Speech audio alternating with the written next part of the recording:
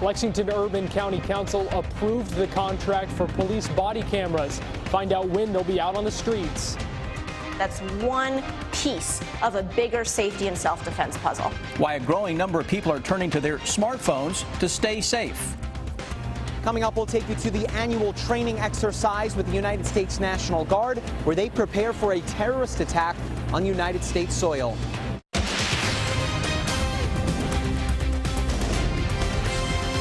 This is WKYT News at 5:30.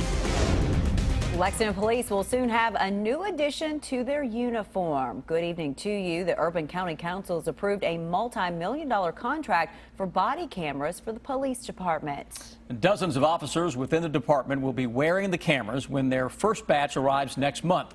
Garrett Weimer talked to folks to get their reaction to the body cameras in our top story at 5:30. Police launched a pilot program for the cameras in 2014, but they said they wanted to iron out a strategy before buying the cameras for all the officers who need them. Lexington Urban County Council on Thursday approved a 5-year contract for $2.6 million for the cameras. Police say that cost includes cloud storage for the video, processing, and any redacting that may need to take place before releasing it. A lot of folks told me they think the cameras are a good idea. I think it'll be great for their safety, and I think it'll save a lot of argument in court. Well, anything that helps safety, I think is good, is top priority. Police say the cameras will likely arrive in late June. First, they'll start out by giving the cameras to 100 officers, but when it's all said and done, 400 officers will have cameras. Some folks remain skeptical. Tori Anderson says the cameras are a good first step, but just having them isn't enough. Is that really going to make a difference? Now we actually have a chance to actually look in, more information as far as trying to watch the cops, but are they going to do anything? Is it going to make us safer, or is it just something to protect the cops? Police say they worked with the NAACP and the ACLU to make sure they're all on the same page. In Lexington, Garrett Weimer, WKYT. Police say they will order the cameras next week. They're ordering 800 cameras, 2 for each of the 400 officers who will receive them. State police have identified a body found in the Ohio River this week. Our county-by-county coverage at 5:30 begins in Davis County. State police say the body of a woman who was found yesterday near Little Hurricane Boat Ramp near Owensboro is 51-year-old Darcy Hess of Counton, Indiana. 2 other bodies were also found in the river this week, another near Owensboro and one near Troy, Indiana. Troopers say they are confident that Hess's case is not related to those other 2 bodies. Foul play is not suspected in Hess's death. Detectives are looking into the possibility that suicide is likely the cause.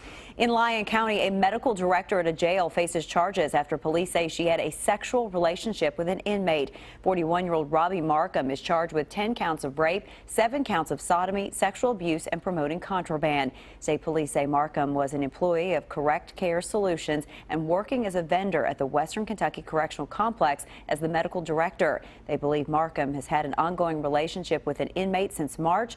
Markham was booked into the Caldwell County Jail. And in Morgan County, deputies are trying to track down several young men wanted for breaking into a soda machine.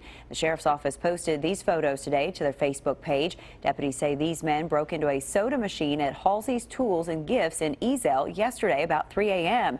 They did not say how much the men got away with. Anyone who recognizes these men are asked to contact the sheriff's office. Lexington has 5 new traffic safety officers on the roads. The 5 officers graduate today from an 8-week training academy. The goal is that they will help the department's response times to traffic calls and help sworn personnel deal with criminal activity. These safety officers can write citations for non-moving violations, help direct traffic, assist with non-injury collisions, and motor assist situations. One of today's graduates is familiar with the department. Nanette Lewis has been a dispatcher for more than 15 years. I wanted to get back to that face-to-face contact with the public and be a better support for the officers. These 5 grads will hit the road with traffic officers starting on Monday. Lexington Police will hire and train 5 more people in the coming weeks. We are finally getting a break from the wet weather. Enjoy the sunshine today. It's nice out there. We're tracking, though, some chilly weather for the weekend and changes there. Chief Meteorologist Chris Bailey has an early look at the forecast. Yeah, kind of going downhill in terms of the temperatures over the next few days, but at least for the most part, the weekend is mainly dry outside of tomorrow morning. But we've got to give it up for what's going on out there today. Upper 60s, low 70s across the entire area. Look at the sunshiny skies. We get a chance to dry out. The ground obviously a little soggy out there. 69, Lexington, Jackson, into Frankfurt, 71 showing up into London, all 4 locations with a partly to mostly sunny sky. Most thermometers upper 60s to around 70 degrees. To our northwest, here we go with the weekend weather maker that takes us on a little ugly trend for the next few days, especially with the temperatures. That's some very cold air coming in behind it. A little band of some showers and thunderstorms ahead of that will be on top of us as we go into the early morning tomorrow. So some showers and storms. Colder air will follow that up, and it may get cold enough by the time we get up Sunday morning. Green thumbs, are you paying attention for a little patchy frost to fire up across central and eastern Kentucky, guys. Hour by hour forecast when I come back in a few. Thank you, Chris. The Kentucky National Guard trains for just about everything, and today dozens of guardsmen trained in Frankfurt for a terrorist attack. There is no threat. The National Guard does this drill every year. More than 3,000 service members and civilians from several states came up for the training at the Boone National Guard Center. New at 5:30, Mike Linden joins us from talks to the guardsmen as they take to the skies. If the United States comes under attack, the U.S. National Guard will be ready. What we're doing here in this exercise is we're responding to a 10-kiloton nuclear detonation that happened in the city of Pittsburgh. Now, before you start to panic, this is just a drill. National Guardsmen in Frankfurt are in the middle of their annual Vibrant Response Drill. This was a little overwhelming at first because I couldn't put my mind around it, being a new soldier and never having to do anything like this before. McNear just finished her first year at UK studying psychology. She says this exercise is vital to keeping her and her fellow soldiers on their toes. You know, everyone has their civilian life. I'm a full-time student. It's always better to be prepared for something than to have to react on it. While trainees say that they are dealing with large-scale problems on a day-to-day basis with this operation, they say it's the little things that can lead to those big problems. For something as simple as losing internet connection can cause major headaches. Once that goes out, we lose all chat. Nobody can talk, so it affects everybody. The exercise will go for another 3 days with more than 3,000 U.S. National Guard soldiers around the country working 12-hour shifts. So if the moment ever comes where the U.S. is under attack, they'll be ready. People are constantly thinking, what if we're attacked? What if something like that happens? And being here, it lets me know that it's going to be taken care of. In Frankfurt, Mike Linden, WKYT.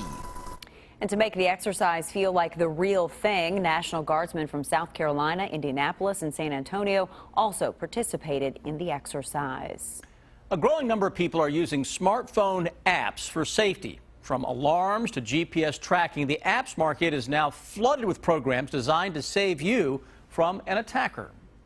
Left-right combination. Go. Jarrett Arthur knows a thing or two about how to stay safe. Drive me back. Go, go, go, go, go.